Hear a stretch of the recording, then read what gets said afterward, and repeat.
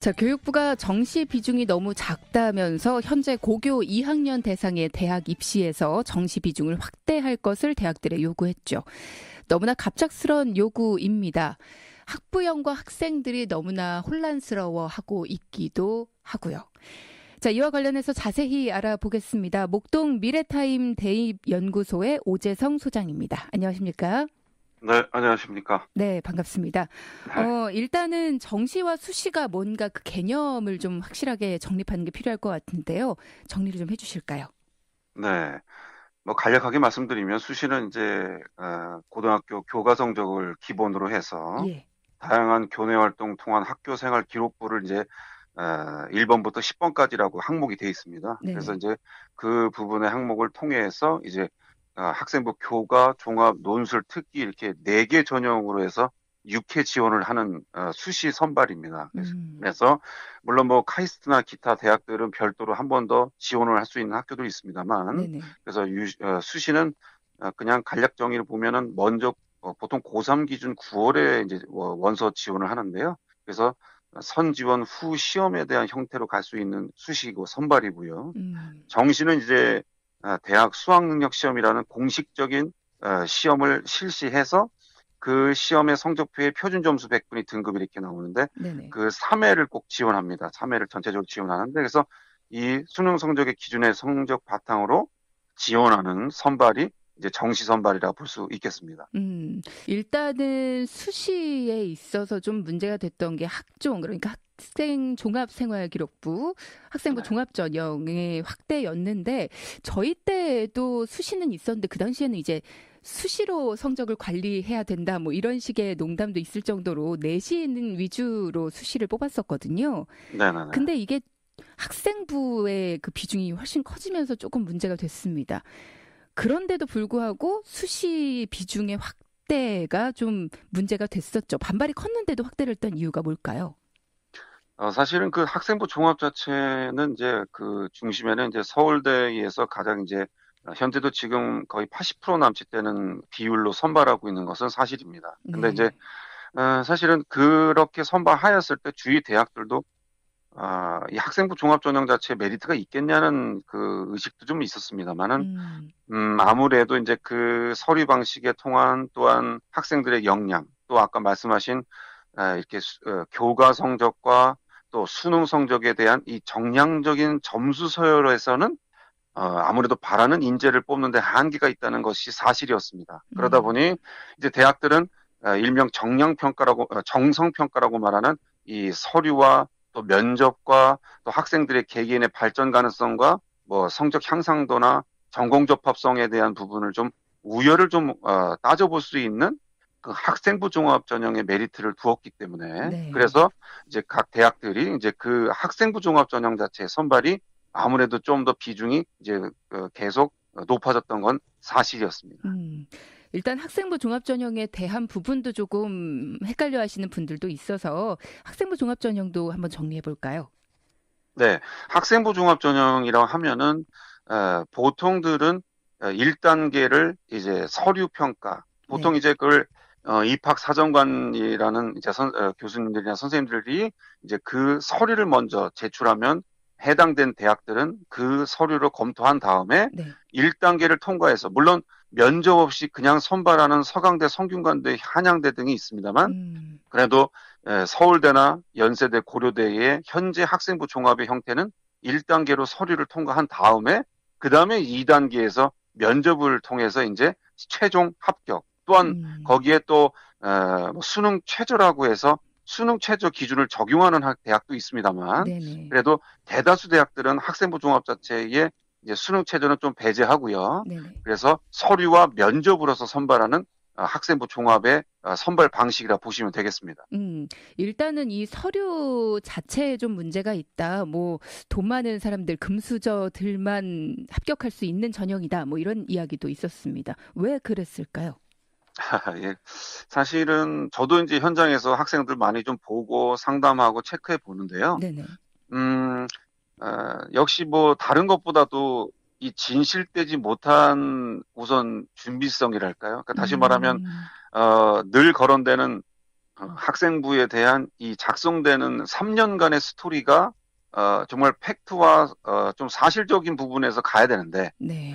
이것을 이제 입시의 결과 위주로 의한 변질된 이제 일부의 뭐 허위 작성 어, 또한 뭐 여러 또 문제됐던 좀 이제 실제 그 없던 내용들이 나중에 확인돼서 이제 불합격되는 처리도 된 사실도 있었고요. 네네. 그다음에 무엇보다도 교육부나 현재 학부모님들이 가장 답답해했던 부분은 왜 선발되었는지. 그러니까 이 말씀드린 이 정성평가의 한계인데요. 음, 만약에 교과 전형에 대한 성적과 수능 성적으로 선발했을 시는 누구도 항변할 수가 없습니다. 그렇죠. 어, 점수가 갈리니까. 예, 그렇습니다. 예. 그래서 그 정량적인 평가 가운데서는 내 교과 성적이 이랬으니 이러면 되는데 네. 이 학생부 종합전형은 같은 대학, 같은 고등학교, 같은 반 아이가 같은 대학을 넣었는데도 오히려 이제 성적이 낮은 애가 합격하고 높은 음, 애가 불합격하는 그렇죠. 뭐, 예, 그러면 뭐 그만큼 면접을 못 했고, 못 부족했거나 아니면 학생부 활동에 대한 다른 차이가 있었겠지 않겠냐. 이렇게 음, 추론할 수 있습니다만, 그것도 딱히 이제 인정하기에 조금, 무리가 있다 보기 음, 때문에. 그래서 제가 볼 때는 뭐, 아까 서두에 말씀드린다시피 뭐, 조작과 허위와 뭐, 이런 등등의 팩트에 벗어난 등을 떠나서 네. 무엇보다도 대학들이 선발 방식에 대한 좀 투명하지 못하거나 이런 부분에서 좀 아쉬움에 학생부 종합전형의 시선들이 좀 많았던 걸 음, 사실이었습니다. 네, 객관적이지 못하다. 너무 네, 주관적이다라는 이야기가 많았었죠. 네, 그게 그리고 좀 한계가 있었습니다. 예. 기왕에 이야기가 나왔으니까 이 얘기를 먼저 좀 다뤄보겠습니다. 수능 최저 기준을 다루는 학교가 있고 다루지 않는 학교가 있다라고 각자 입장을 좀 다르게 하고 있는데 이것도 역시 혼란입니다. 예. 그래서 사실 지금 말씀이 나왔습니다만 이제 무엇보다도 지금 특히 이제 그 현재 고2 2020학년도에 입시 선발안으로서 연세대학교가 이제 최근에 계획안을 발표했지 않습니까? 네네. 그래서 이제 대학교육협의회에다가 지금 제출된 상태고 4월 말에 이제 확정 예정입니다. 그래서 그거에서 이제 화두도 이제 연세대학교는 뭐 논술과 뭐 학종에서 학교 생활 종합에서 일부 전형에서 이제 수능 최저를 기준을 잡고 있는데요. 네. 그 최저를 이제 다 모두 폐지하겠다라고 이제 발표된 음, 상태입니다. 그래서 그러나 이제 결과적이지만 다른 대학들까지 이것이 계속 갈 것이냐 말 것이냐 말들이 많았습니다만 이 수능 네네. 최저는 뭐 이제 청취자분들 다 아시는 분도 있고 못 부르시는 분도 있겠습니다만 수시 선발하는 데 있어서 이제 수능 과목이 뭐 일부 과목이 몇 등급 이상라고 이렇게 제한을 두는 게 있습니다. 네. 예, 서울대학교도 지역균형도 뭐 2등급 3개 뭐 이런 것들도 있습니다만 그래서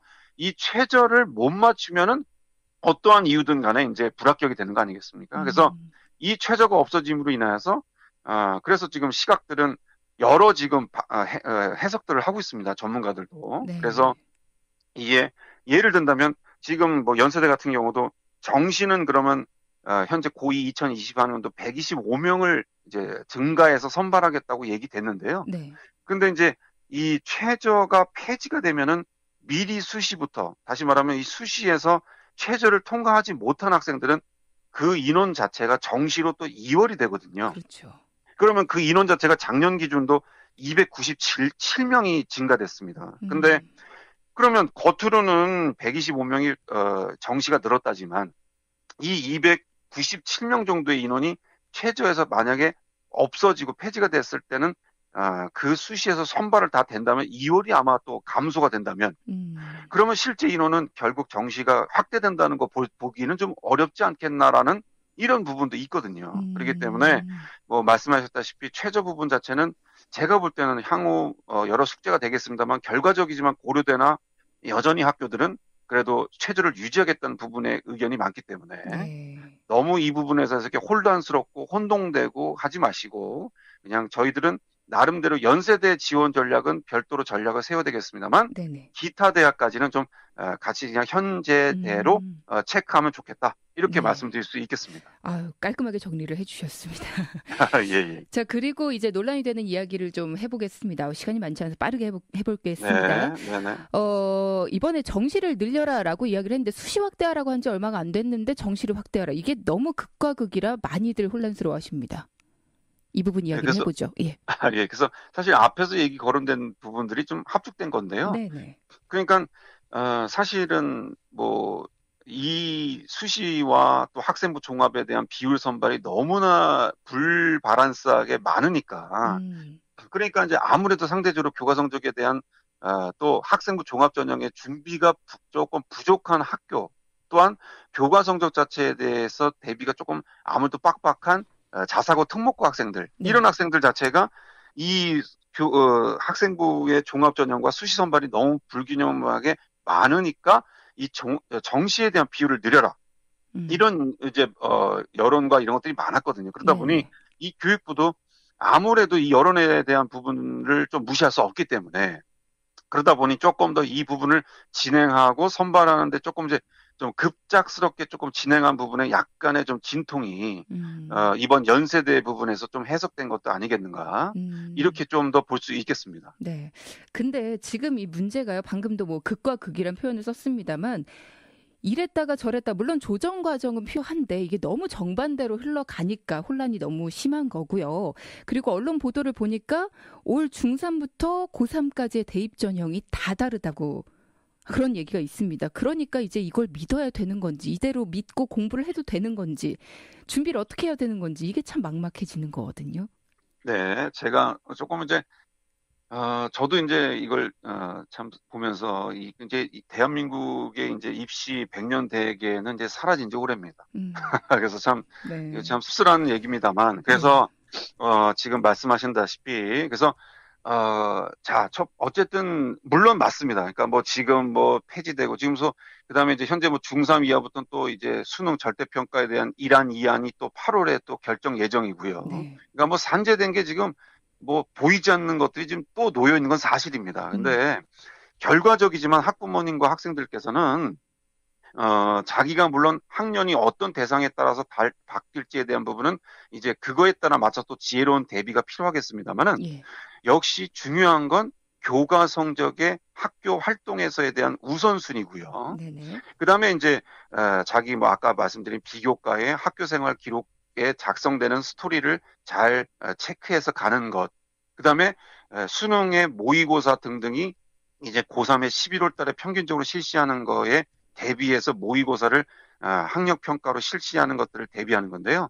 근데 말씀드렸다시피 자신에 대한 이 세 가지의 박자를 모두 다 맞추기가 버겁기 때문에 그럼요. 학부모님과 학생들은 어디에다 맞춰야 되느냐, 뭐를 맞춰야 되느냐고 음. 이제 토로하시는 게 사실입니다. 네네. 그러니 이제 사실 결과적이지만은 자신에 대한 뭐 사실 지금 이제 지금 현재 고1 기준이든 고2 기준이든 간에 뭐 고3도 뭐 마찬가지입니다만, 당장 이제 4월에 학교별로는 또 중간고사를 또 앞두고 있지 않습니까? 예. 그래서 얘기를 하는 즉슨 제가 실제 상담을 해봐도 당장 4월에 중간고사 끝나고 못보험과 동시에 학년이 저학년임에도 불구하고 미리부터 나는 이제 성적 안 좋으니까 그냥 수능에 올인할래, 이렇게 음. 토로하는 친구들도 있습니다. 그래서 네.